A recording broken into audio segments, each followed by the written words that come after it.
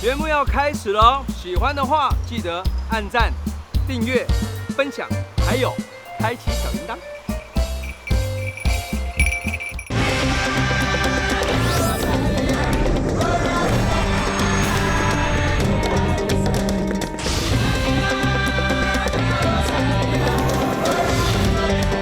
台湾第一点，这个东西我认识，这我自己家里有养，卵丢到冷冻库冰过，你再拿出来，比例调好，它就孵了。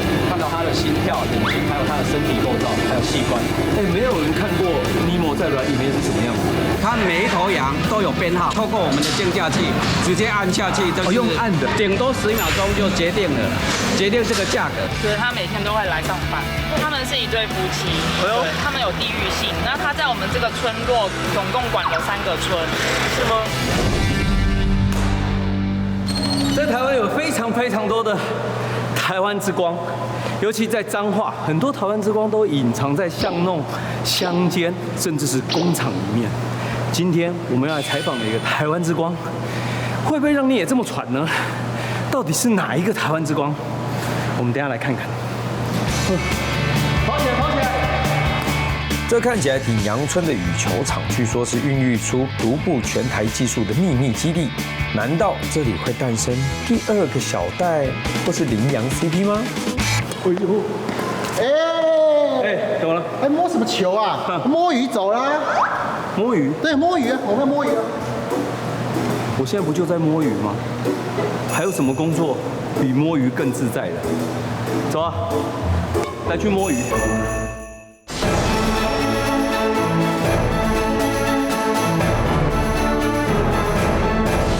我想问的事情是，你从什么时候开始知道你要做这件事情？念书时期吧，因为茫茫然懵懵懂选了这个科系，然后有一天睡醒之后发现说，哦，原来可以学以致用是一件很快乐的事情，对不对？所以相较之下，好像我们比别人还要幸运。所以你每天只要一直摸鱼就够了。哦，对，我们的工作就是负责摸鱼。摸鱼摸出一片天，你有没有办法？现在在做什么？现在？这是每天例行的工作啦，就是我们一定要把底下的这个脏东西呢，我们要把它吸掉，把它清池底，对，清池底的概念，没错。有一些重点应该要来亲身体验一下，比较重要。什么叫重点？你这样一直吸，会不会不小心就被吸下去？有可能。那现在怎么办？所以要看，赶快看。这哪看得到？请问一下，这哪看得到啊？要注意看了，这看不到啦。眼睛要看里面啊，你要看那个。不是啊，我这样子吸，他一个不小心他就要跑下去，然后就嘟。所以我们要赶快把它按着，我们把它停着，不可以。这样看得到？可以看得到，没有问题。你来看，你看不到，我完全看不到啊！天哪！然后就这样吸，你一天要清掉多少个池子？我们一天大概这个抽底的动作大概要30个左右吧。30个这样子要花多久时间？至少要花个4个钟头。所以像摸鱼也不是一件简单的事。摸鱼要摸得起才有办法来摸鱼，不是随随便便人都可以摸。还是要有一点 know how。对，但其实这个 know how，你现在的大环境很容易找得到，但是你有没有这个热忱？对，其实我们比较像是提供一个平台，让有热忱的伙伴们来加入，然后让我们一起就是来共襄盛举。同样是养鱼，知道方法就是能将格局做大。清池的动作就好比把家里环境打扫干净，小朋友才能健康长大。至于要喂他们吃什么，这也是一个重点。就是我们刚看到那个咪咪鱼有没有？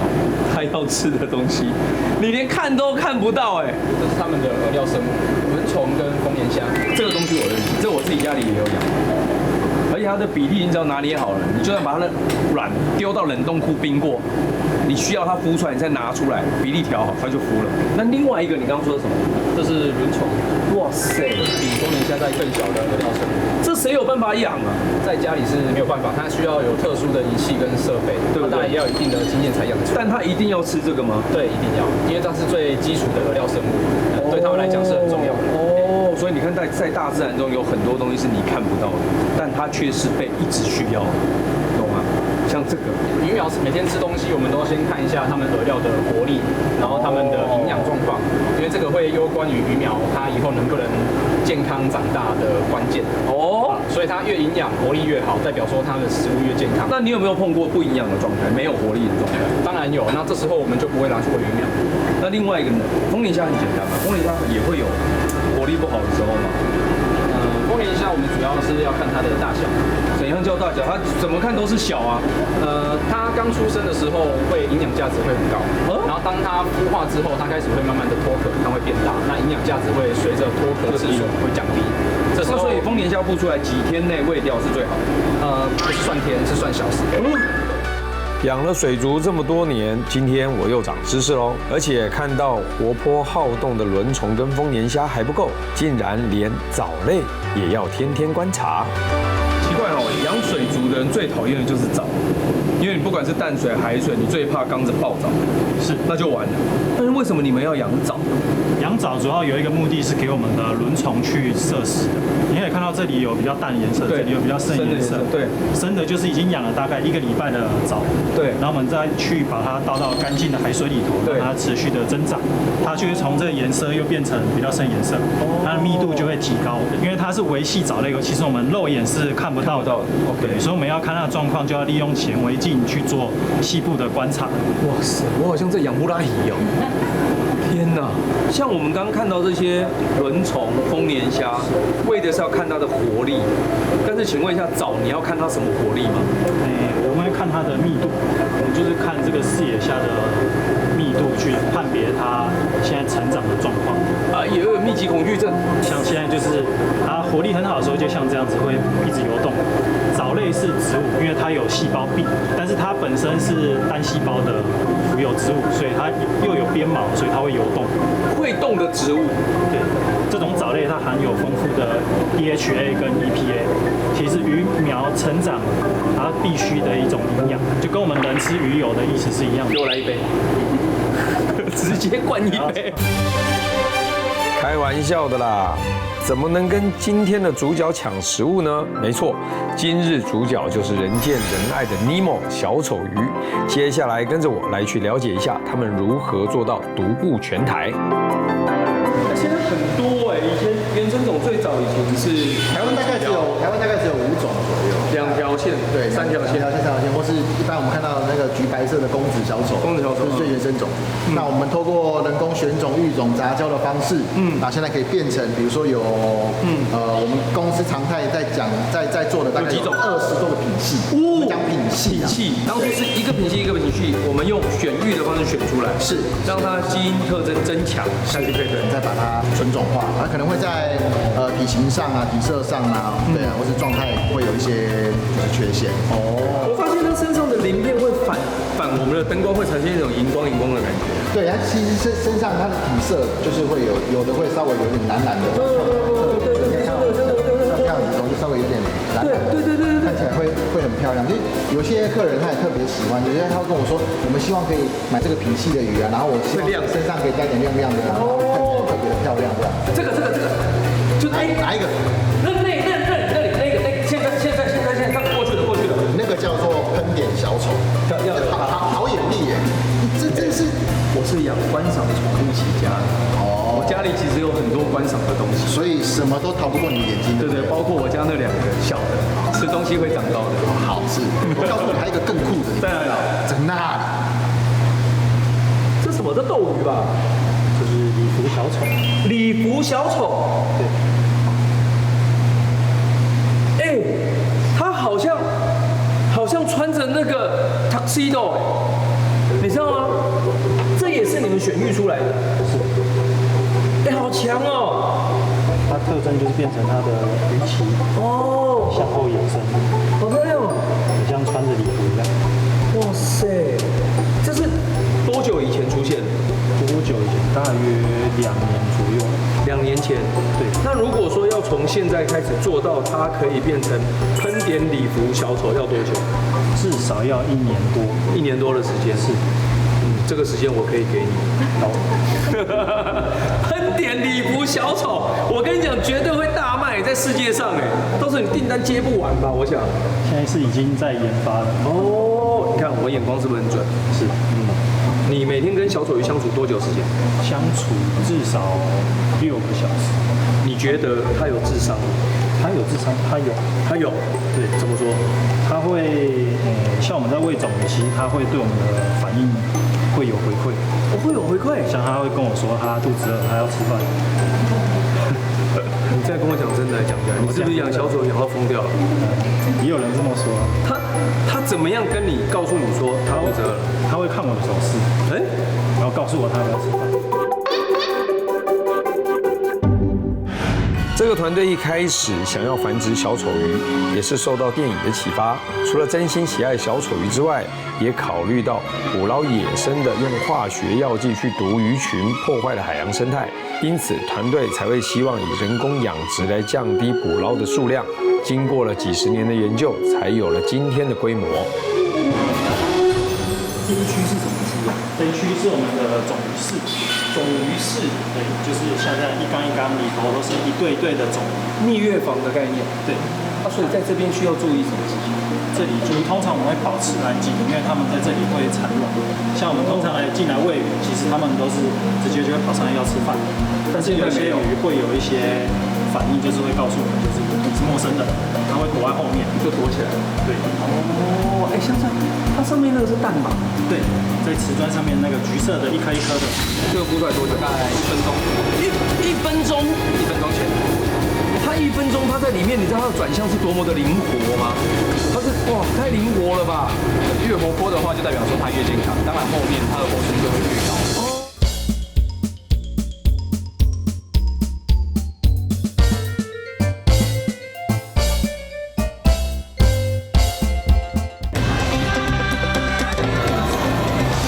台湾第一点，瓷砖上面那个橘色的一颗一颗的卵粒，就是它们产下的蛋。所以 Nemo 的卵粒也是粘性卵，对，它是粘性卵。通常海水的鱼，像石斑鱼啊、鲷鱼类的，它们都是浮性卵。对，浮性卵。但是以小丑鱼来讲，雀鲷科的基本上它们都是以这种粘性卵为主。哇，好酷哦！它跟我之前有养过的那个吻虾，它也是一样是粘性，但它是粘在石头上。对。哦，那像这样子，它那样一片上面有几，它为什么会吐那个卵？它其实在照顾它们。怎么照顾？它会用吻部去确认有没有卵死掉。哦。假设卵死掉，它会影响到旁边健康，它就把它挑掉。对，它会把它挑掉。好酷哦！然后它们其实你仔细看，是有小只的这一只，其实它是雄鱼。公的，对，它们分工上其实母鱼比较大型，它是负责抵御外敌，对，所以手伸进去，它其实是会咬你的，对，你伸一下，这个伸看看，来，会怕，它咬人会流血的，会吗？怎么可能？会咬人会流血，很多伤口都是被它们咬出来的。你试试看嘛，你试一下嘛，看一下它的那个防御机制啊，大家没看过，因为你跑得会比较快，不知道它们会不会咬，它可能认得我。他不会，他认得你，他认得我。如果不认得，他就冲上来碰我。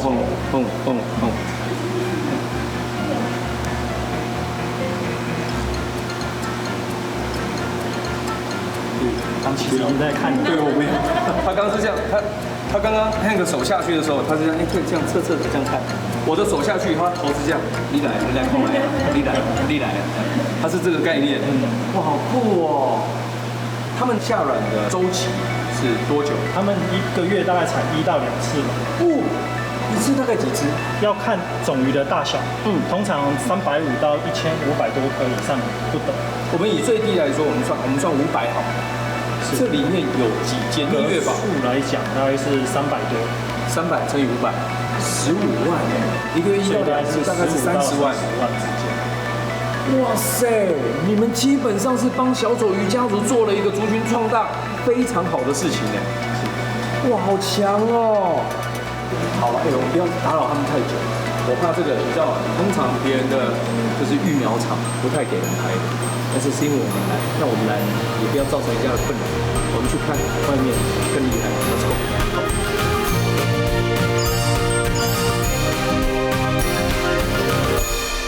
酷哦，它是蝌蚪吧？这是鱼苗，这不是蝌蚪。它是刚孵出来，刚孵化而已。多久？这个孵出来多久？大概1分钟。1分钟？1分钟前。它1分钟它在里面，你知道它的转向是多么的灵活吗？它是哇，太灵活了吧？对，越活泼的话就代表说它越健康，当然后面它的活存率就会越高。哦，你看它，它太活泼了吧？那所以它的卵长什么样子？它的卵吗？它的卵长这个样子。哦，这也太漂亮了吧！对，它在卵里面的话，你就可以看到它的心跳、眼睛，还有它的身体构造，还有器官。没有人看过尼莫在卵里面是什么样的。所以在里面你分不出它是什么品系，看不出来。对，看不出来。但是我们可以从它的爸妈推测出来说，它大致上会朝哪一个品系发展。对，长大之后我们才会知道说它的斑纹变成什么样子。它从卵，从现在变到开始吃饲料要多久时间？完全吃饲料的话，大概20天到25天左右。好的，它就可以完全吃饲料。那我懂了，我知道怎么跟老板讲，就这11颗。就这11颗刚好，因为出来不知道会变什么样子。25天以后我们再来看，我要带这11只是什么东西，搞不好是精品。有一种赌石的概念，就是你知道吗？就玉石，你要去看这颗原石切开来里面是翡翠还是。想不到在福兴乡一间不起眼的工厂内，有着数以万计的小丑鱼在成长。团队把它们当作小孩般的照料呵护，希望它们能以漂亮健康的外形到另一个家继续悠游。所以这样其实平常已经驯化过了，在比如他饲养的繁殖缸里面，它其实不太怕人。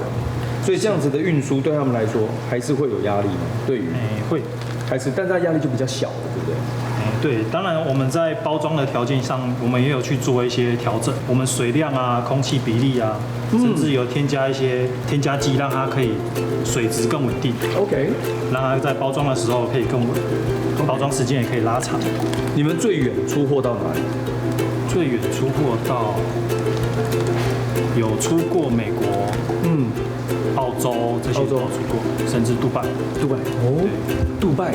你知道，杜拜人就是他要把全世界好的东西都收进杜拜。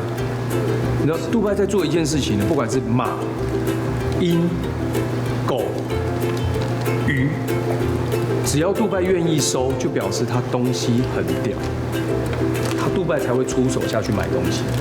哇，所以你现在这样子做，你要很迅速把它做完嘛，然后赶快要打氧气，对，然后赶快包装，对，它可以维持多久时间？经过我们测试，我们这样一个包装是可以放置至少3天。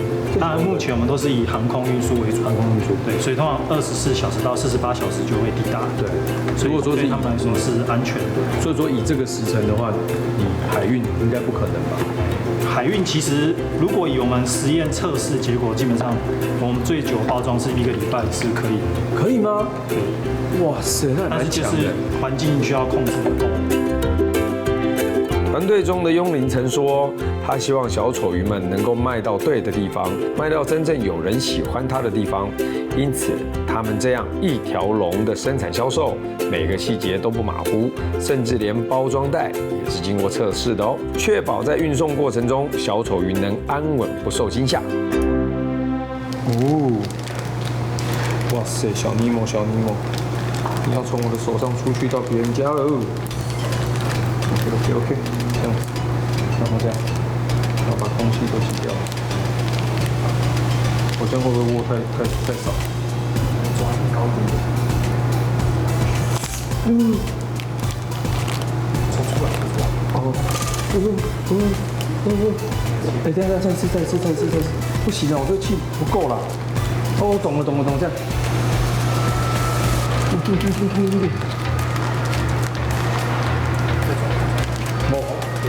有，然后，哦，终于，在我手上包的第一只鱼。Hank， 这是你包的，是不是？不行啊，搞什么东西？怎么包这个样子呢？对吧 ，Hank， 你怎么包成这样子？来，重新包一个。对啊，这个包这样子，包这样子，为什么会这样？这你不是 Hank， 没有，就不够饱满。对，这个比例抓的不是很好，气水比就是气体跟水的比例要有一定的比例。哇，然后这样包起来可能会害怕受惊吓，比较好一点。对，啊，我来帮你好了。这一般人要学多久啊？像豆哥啊，我懂了，我知道了，我知道原因在哪里。我们知道你资质很好，我知道原因在哪里。我刚刚秋水是。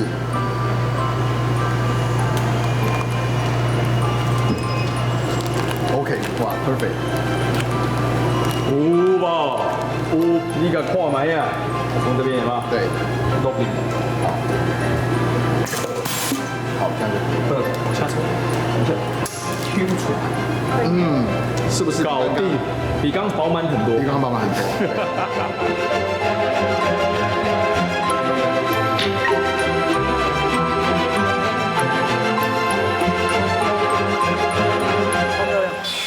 干嘛？我只有10支的扣打，好吧？我的缸只够养10支。看了不是难过？其实你知道，就是全部都看过一轮，然后等他寄来到家里的时候，我就会有惊喜。哦，原来是这支这样子，对不对？那也是不错的、啊。这个好看。你看，连他也在讲这个好看。那个从 Y 可爱哦。哦，这个 Y6 就 Y6，好不好 ？Y6。好漂亮哦。是啊。大麦丁。你刚刚讲的头盔在后面，对，它有一个像头盔 Gladiator， 你知道吗？神鬼战士那个，像那个面罩一样。Y15。对。你要不要？还有一个戴面具的，你要不要看一下？他脸都只戴一个面具，有一个面具戴在橘色面具，戴在脸上。好，Y2。养水族对我来说算是得心应手，而这一次看到了令人心动的小丑鱼们，也算是重操旧业。但如果你是新手也想养呢，先看看以下教学吧。准备一个空缸，然后将它做清洁。清洁之后，我们把清洗过的滤材倒入缸内后面滤材格。清洗过后，滤材要没有粉尘就可以使用。然后当滤材格倒满之后，然后我们放上那个白冕，白冕就是物理性过滤，就是平常鱼大便就是靠这个。那我们滤材平常不动，只更换它的白冕。接着我们倒入这个活沙，这是它的底床，这不用再过清洗，直接连那个水一起用。这个底沙也不用换，但是要定期的做整理，然后也可以放一些生物去帮它做清洁的动作，大概4到5公分就可以。接着我们将清洗过的这个造景珊瑚摆进去，放在适当喜欢的位置。那其实因为这个都是给海洋馆用的相关素材，所以它的颜料都已经经过检验，好，所以在水族箱中是合格的可以使用的产品。最后我们要倒入水，那倒入水的时候，我们有一个技巧是像刚刚这个袋子，我们把它平铺，这样我们在倒水的时候倒在这个袋子上面，你的沙子就不会扬开太多。这个也是调配好的海水，定期都还是要更换，因为我们水族箱是一个封闭的环境，所以鱼的污染都会在水族箱里面。我们要养鱼，就还是要定期的帮它做维护。水位够了之后，我们把灯具加上去。灯具有很多种类型，如果我们要养珊瑚的，就要用比较高阶一点的灯具。那因为我们这次的目标是养人工小丑鱼，所以只要用基础型的灯具就可以了。当我们全部都设置完成之后，倒入消化菌，这个是系统启动用一个生态架构，帮助它加速的循环过程。那新缸的时候，我们可以倒多一点。接着我们等2个礼拜，或是1个礼拜，只要以水清澈为基准，或者是做拿一些测试剂做测量，就可以做放鱼的动作。已经有了40多年水族相关经验的安哥一家人，不仅对海水观赏动物十分了解，也擅长规划水族大型展场。听听专家的建议后，再决定要不要开养哦。当我们从水族店带鱼回家的时候，水族店都会像这样子包成一包，里面的是纯氧。那我们放在这里的动作叫做室温，室温大概半个小时之后，我们可以确保袋子的温度跟水族箱的温度是一致的。我们除了室温之外，我们还要做兑水的动作。接着我们可以用水瓢，或者是准备空气滴管做滴水的动作，速度大概是这样。我们可以利用调节法做调整。大概在半个小时，或者是以水量为原则，缸内的水大于袋内的水3到4倍左右，这时候就可以用捞网轻轻的帮它带到鱼缸内。如果我们室温兑水做的可以的话，它就会游出去。对。然后因为新的鱼它会去适应环境，那我们可以看到小丑鱼跟多利的习性是完全不一样。小丑鱼它就会去探险，那多利它就想找地方躲。隐身在彰化福兴乡的小丑鱼乐园，多种品系可说是独步全台。下一站我们要介绍鲜的另一半，那就是位在彰化西湖的杨枝拍卖。全省有几个杨枝拍卖的地方？全省现在目前有2个，一个是我们彰化县肉品市场，一个是宜宁县肉品市场。只有这2个？对，所以只有2个。那最远可以从哪里？从澎湖。澎湖养羊的人把他的羊运到这边来，那蛮妙的。你们学电子，但是你却知道要在农田中架一个鹰架。对，他每天都会来上班。他们是一对夫妻，他们有地域性。那他在我们这个村落总共管了3个村，可能是我们的田鼠太猖獗了。对。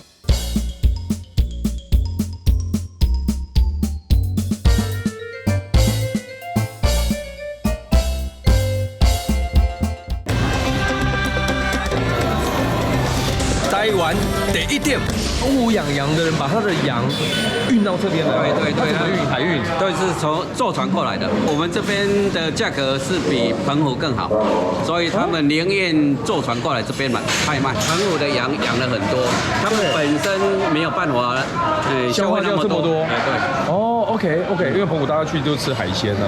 因为我们彰化县有一个特色，就是我们的彰化县的羊肉卤很有名。哦，对。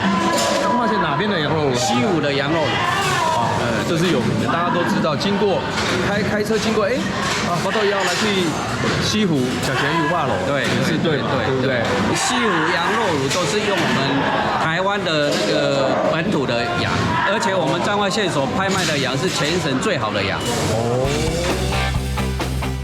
彰化肉品市场的杨枝拍卖已经有20多年的历史，旺季也就是冬天时，1周有2天拍卖。科长说，本土国产羊的市占率不到2成，但因为无膻腥味，肉质比较 Q 嫩，所以即使价格比进口羊高出许多，还是供不应求。最好的就是努比亚杂交viên公羊，再来是波尔跟那个鲁公羊，这3个努比亚是最好。努比亚价格最好，为什么？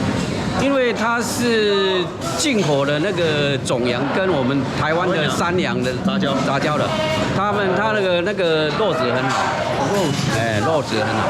那个羊老跟年轻的要看那个牙齿，不是看胡子吗？不是，那个看胡子不会很准，要看牙齿。看牙齿，跟马一样。对，最多颗就是8颗。长最整齐的8颗是最老的，2颗是最年轻的。最年轻。那如果羊你是要找8颗还是找2颗呢？找2颗的，一年以下的是2颗，1年以上的可能它就会增加4颗或6颗或8颗了。但是好，我这样看它，我怎么知道它出来是，而且它有几颗？那个陈孝仁他们都很有经验。一看他的羊的那个脸庞，对，看脸就大概知道他是几颗的牙齿了。我现在根本看不出来，他每只都一样啊。他们很有经验，所以他们羊是从后面，然后这样绕这半圈。对，从气流栏赶出来，就只看这半圈就要决定你要不要。对，他每一头羊。它都有编号，如果这头羊他认为它适合他自己的话，那么他就透过我们的竞价器直接按下去，就是用按的，对，用按的，然后我们那个拍卖员会开价，开个底价，给他们竞标，顶多10秒钟就决定了啦，决定这个价格了。这比元宇宙还元宇宙你就直接只能看出一点点，你就要决定。对。随着电子面板的数字上下跳动，大家却是面不改色的暗自操作的。也有人会现场直播，让更多人能了解到本土国产羊的拍卖方式。而羊儿们在走了一圈，价格底定后，会再回到气流栏。依照陈销人他的每个人所买的羊，汽油在这边，所以这边他这个人只买了1头。对，一个人他这个成交人只有买1头，他那个成交人买了所以他买了多少都会在那一边，就是在他自己的蓄留栏里面。对。那这个顺序呢，他怎么知道要把它放到哪一栏里面？因为它都有每一头羊都有做记号，你看这个同个记号的时候是关在同一个栏。蓝色的哦。因为我们有拍卖完要分期嘛，分期要做记号，然后他自己再来把它载走。等一下会出羊，有些就是载回家还会养，有些就是载到就是我们肉品市场里面有一个物色的屠宰场。这里的肉品拍卖总共拍卖哪些东西？我们只有2种，猪跟羊。那猪也是照这个模式，猪几乎70%左右留场屠宰。70%都留在场内。对，因为彰化其实吃控怕真是蛮多的。我们一天拍卖像今天拍卖2500头，2500，每天2500。没有，今天平常差不多2000多了。平常2000多。因为现在是过年的前夕，这阵子的拍卖量比较多。不管是买卖双方或是肉品市场的员工，在一早上的拍卖过程中都不能马虎，才能把好品质的羊肉呈现给消费者。如果想要品尝到各式羊肉料理，西湖街上有许多店家你可以选择，但我们当然不能走一般的路线啦，要去找朋友夹菜喽。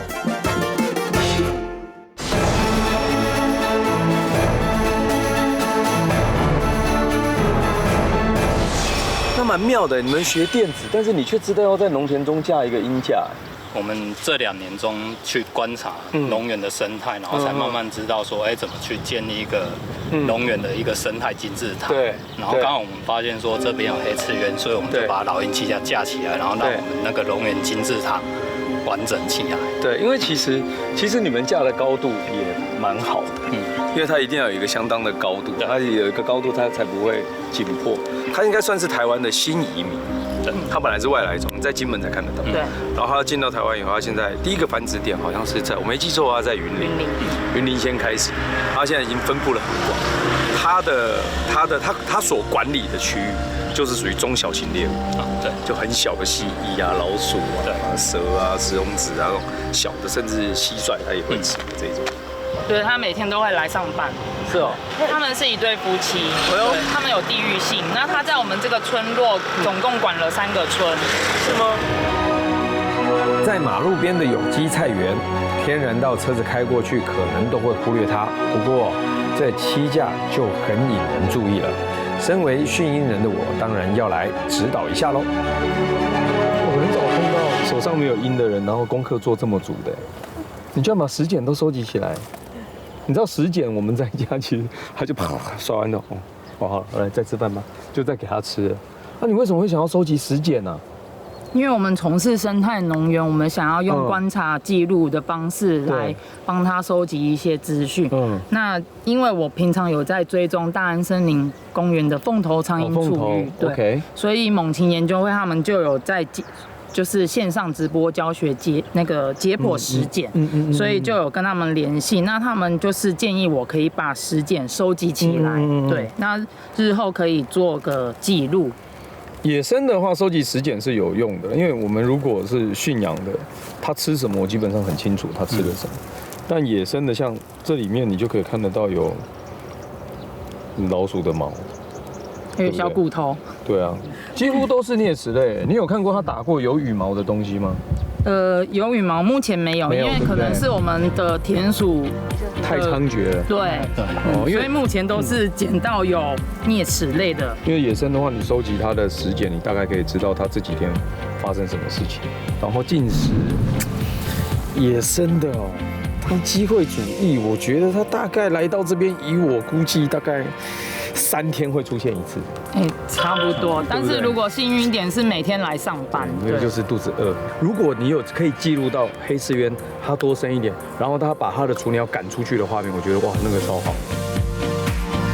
因为阿渊今天很给面子的现身，老板娘 Melody 很是开心。我们也聊到差点忘了夹菜的任务，阿 Ken 老板要来开始做正事喽。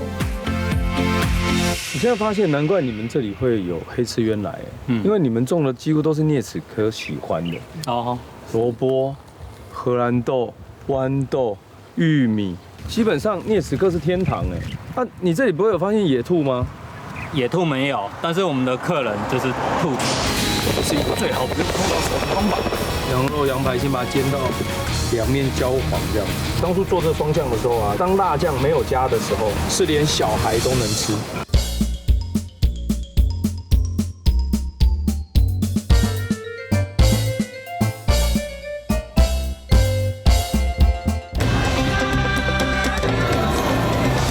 台湾第一点。我现在发现，难怪你们这里会有黑翅鸢来，因为你们种的几乎都是啮齿科喜欢的萝卜、荷兰豆、玉米。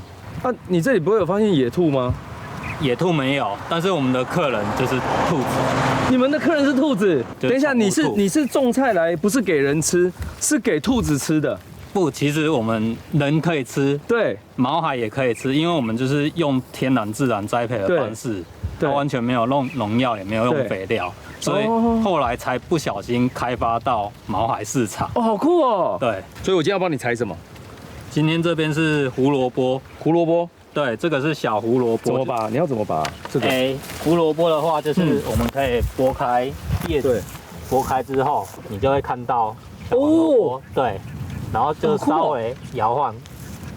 如果说你太大，对，就可以拔起来。这个根本只能给毛小孩吃吧？人是怎么吃？人其实也可以吃啊，整根下去。太小了，不过可以耶，我跟你讲，这个大小，这个大小比较好。对，这个大小，等下可以拿来做菜。对，这个太大。这个好了。这个不错，那我可以，要怎么可以看得到它在土里面的根系是比较小的？哦，我怎么判断？其实就是看它的叶子的粗细。你看，对，哦，你那个叶子比较粗，差了。对啊，这个叶子比较细。对。那我挑一些我等一下可以做菜的，好不好？好啊，可以啊。好啊。但是像宠物兔的话，它们其实不太能吃红萝卜啦。为什么？因为如果说胡萝卜太大，它的纤维太多，会卡住它们的肠胃。所以它们就会生病。所以它们其实吃的话是吃叶子。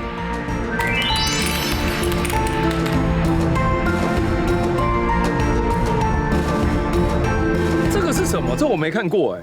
这个是鹿角莴苣。鹿角莴苣，它原来就是隐翅你看。对，隐翅虫它会抓那个就是小型的蓟马或者是蚜虫。哇，好酷哦！所以它其实是好帮手。对啊，但是我们又没有办法在家养隐翅虫，对不对？那小孩一碰到就糗了。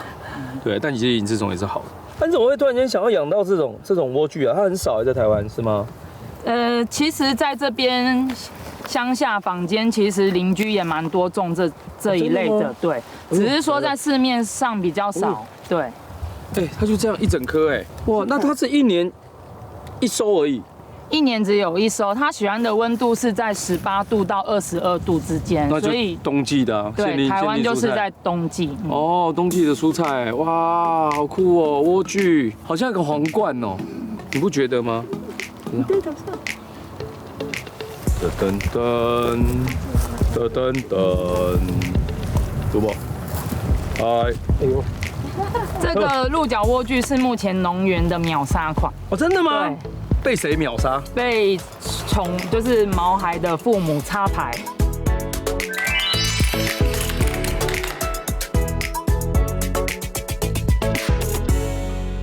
这是荷兰豆。对，荷兰豆。那你把它种在哪里？它其实是跟秋葵种在一起，因为我们夏天的时候会种秋葵，然后到10月的时候，然后我们就会把豌豆的种子种在秋葵下。哦。然后它就会沿着植株爬起来。荷兰豆很好吃，你知道吗？荷兰豆超好吃的。荷兰豆豆子是甜的，很多人不知道，而且这是冬季限定。看到了赶快吃。我现在是跟哪一种动物在抢食物？这个是人的食物啊，这就不是宠物的食物了。好哦，那我终于找到一个人吃的了，来吧，我可以摘一些荷兰豆吗？可以啊，再摘一些荷兰豆，因为你们都是没有撒肥也没有撒药，对，所以完全是大地养。对，我们就是一直割草，然后覆盖在土壤上，底下就会有一些腐殖性的一些昆虫，就会开始吃。对啊，这样土壤会很肥啊。然后就是蚯蚓便，然后这样子就会变成养分，然后一直循环。我觉得其实这个方法也是可以用，让大家知道，你如果家里有一片，OK， 有一片地，或者你想要种植一些，变成一个农夫，你也可以参考这样的方式，我觉得是好的。当然，你家附近如果又有老鹰的话，那就完美了，你知道吗？但没有老鹰的话，你可以在上面留言，我可以告诉你哪里可以取得老鹰，好吗？因为现在还是有很多合法的地方可以去找。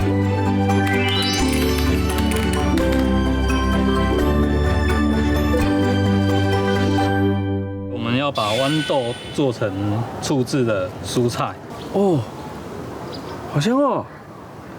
哎，这个配肉也很好吃哎，配面包，对，配点面包，然后，哇，这要是有辣椒的话，完美哎，真的，这加辣椒下去会很好吃。好，我们来，哎，你教我怎么做好不好？好啊，好啊。首先就是我们先把这个香料、五色胡椒粒、花椒、迷迭一点点就好，迷迭太多怕味道强掉。月桂叶，月桂叶，然后再来就是把豌豆塞进去，会先把它整理叠一下，像我这样就没有叠好，然后再把它塞进去。哎，对，像豆腐乳的概念，没有，到时候你也比较好拿出来啦，对，你比较好处理拿出来。这个其实是因为我们去西班牙走朝圣之路的时候，然后发现他们当地都会把那个蔬菜做成醋制蔬菜，对。然后后来我们回来之后，就用台湾的果醋，然后再加上天然香料，然后去做成，就口味不会像国外那么酸。对。将豌豆排列好之后，接下来就要把开水、果醋、高粱醋一起煮滚，倒入瓶中，放置14天后，醋制豌豆就完成了。至于羊肉要如何料理呢？让我们继续看下去。我们先从腌羊排开始，好吧？用点盐，然后意大利香料、胡椒要后面一点再下，因为胡椒你如果一开始就下的话，它会苦掉。这是一个最好不用碰到手的方法。就这样，我们先把羊排先把它煎到两面焦黄这样子，然后趁它在煎的这个时间呢，我可以跟大家分享一个酱料。就是我们刚刚不是有它的这个醋渍吗？加上一点基本的辣椒，它会变成你很熟悉的一个味道 ，Tabasco 的味道。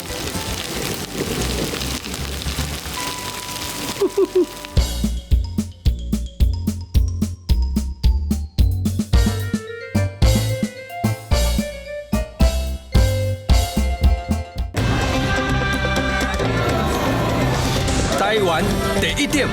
这我们等下可以拿来沾面包。来，这是我刚用你们醋制的那个。好，谢谢。试试看。我帮你弄一个。哇，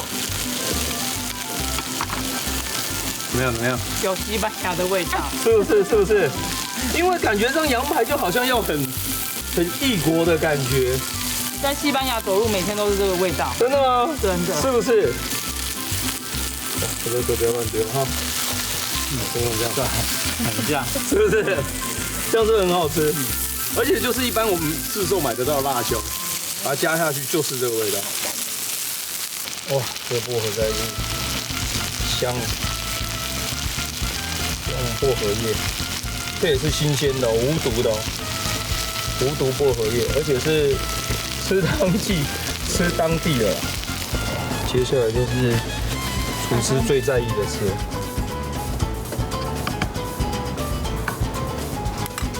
好了，我的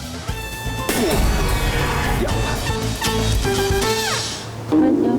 不吃羊耶？谁不吃羊？你吃啊？摄影师不吃羊。再煮个东西吧。对啊。事实上，身为一个厨师，一定有办法把东西变出来给你们。我只能拿出到底来假米了。这是什么？煮面来吃啊。这是什么面？到底假米啊，这是一个帅哥出的一个非常好吃的面，感觉上呢，它应该很值得被试，就是说大家要一起吃面的意思。手工的波波面条加上麻酱以及炸酱双重口味，这就是道丁假蜜的好吃关键。记得面条煮个6分钟是最佳口感。市面上的干拌面8块，如果你喜欢台湾道地味，喜欢 Q 弹有嚼劲，选这一款一定不会失望的哟。教学了哈。酱包打开来，往里倒。但是你知道这双酱，我当初做这双酱的时候啊，有一个秘诀，就是它另外一包是辣酱。但是你知道，当辣酱没有加的时候，是连小孩都能吃，因为它就完全不辣。你如果再加一整包全家的话，你真的是蛮能吃辣的。我自己是大概加2/3包了，本人很爱吃辣咯。我第一次在外面这样煮给人家吃，你们真的是第一次，太荣幸了，感激不尽，希望你们会喜欢。但是也是可以很认真的，有什么指教也是可以说的，好吗？很好吃。太辣吗？他不吃辣。你不吃辣？那你应该赶在我还没有加辣油的时候，没关系，因为是你亲手做的。真的吗？不要太勉强，谢谢大家。能将喜欢的食物和朋友一起分享是一件很幸福的事。阿 Ken 夫妻的天然农园种出来的蔬菜，不管是搭配拌面营养加分，或是放进羊肉炉里增加清爽感，又或是做成酱料让羊排更美味，都希望能大家安心食用，吃进健康。任何料理只要是用心制作，放入感情，相信就是一道令人赞不绝口的佳肴喽。